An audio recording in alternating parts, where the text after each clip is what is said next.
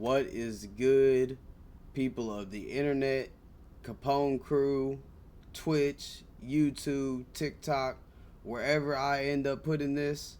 How are you all doing today? Today, I'm doing great, but that's besides the point. Today, ladies and gentlemen, I got a story time for y'all. Now, you must be thinking, Icy. What kind of stories could Icy possibly have in his life? Well, this one right here is just scratching the surface of it. So, let me set the tone. The year is 2019. I'm but a young, spry 18-year-old young boy, shall we say. So, let me set the tone. The year is 2019. I am fresh out of high school and I am in these streets thugging. I'm with a homie, right? Buddy, friend, homie, homeboy, whatever the hell you want to call him. We're going to call him G for this story. We're sitting at this fast food joint, either McDonald's or Long John Silver's, and we are waiting on our friend to pull up with the stuff. Now, the stuff was stuff that we had never done before. And it wasn't like stuff, like, it wasn't like multiple things. It was two little things that changed my perspective on a lot of things. So we decide that we're going to take them, right? And then we're like, so what do we do now? And we go play basketball, of all fucking things, on this substance that you would never go play basketball on. Like, it just didn't make any fucking sense. We make our way to go play basketball, right? And I'm driving. And I'm just cruising. I'm feeling great. I mean, we had just smoked some of the green stuff before, so I was feeling great. I was ready to hoop. And I don't know why I was ready to hoop, but I was. Something told me that I was going to be Michael Jordan that game. Oh, but was I wrong? So, we get out there. I grab my basketball out of the trunk of my car because I always kept a basketball in the trunk of my car for all purposes. I don't know why. It's still a thing that I do today. There's a basketball like literally behind me where all the flood wreckage and shit is. But we get out and some little kids ask us, do we want to play basketball? Chat, we're on substances. So what do we say? Fuck yeah, let's play some basketball, bro. Like, let's get some basketball going. Fuck it, we go play some basketball, dog. Keep in mind, these kids was probably 9 to like 12, like somewhere in that range. And we get out and we start hooping. And all I remember was just hooping and just like my legs just feeling very, very tired. And I'm like, why are my legs just so tired? Like, just don't feel like this should be happening. So, all in all, it's a big blur. We played a couple games with the kids, nothing went wrong from what I can remember. And, we get ready to go home. And chat, this is where the story gets fucking nuts. This is where the story loses its fucking noodle on us. I put the basketball in the trunk. I get in the car. Chat, when I tell you, chat, I cannot make this up. The moment my key hit that ignition, I don't remember shit. Nothing.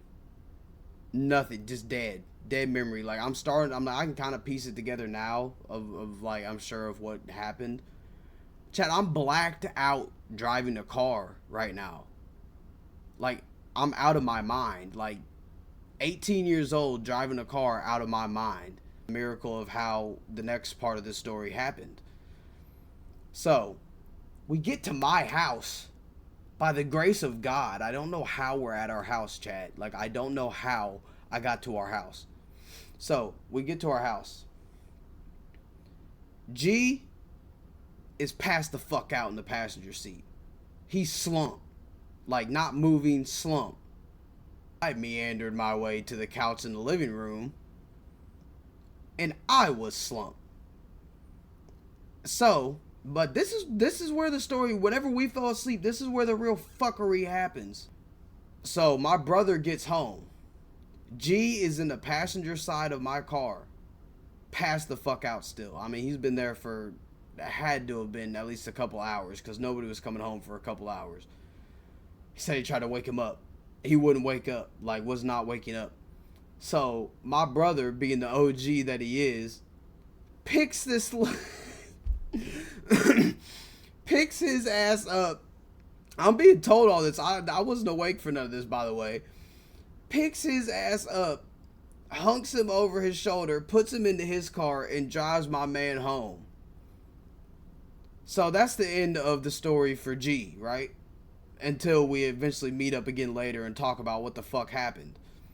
So, my mom, who was a very, very strict parent while I was young, and she came home. My mom's also a doctor, so keep this in mind. So keep this all in mind. She comes home and I'm like unresponsive on the fucking couch. Like she thinks I'm dead on the couch. Like I'm not moving. She says that like I would move every now and then and groan or something like that. And like it's just crazy to me the fact that she believed what I told her. Is that I told her that I just smoked a shit ton of the green stuff and I fell asleep after I woke up in 2 days. Chat. Me and G were asleep for 2 days. Dead to the world for 2 days.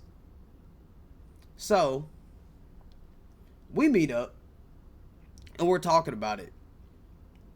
And my Snapchat, that R was selling Fenny and not what we thought.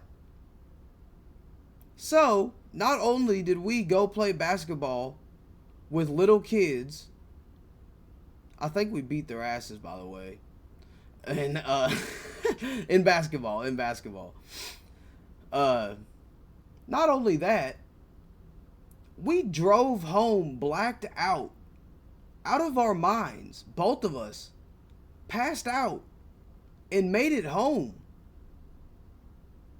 That just blows my mind. It's not the craziest story ever, chat, but the fact that we are still here today with the crisis in the world that is going on with Fenny, and the fact that we survived that shit is absolutely insane.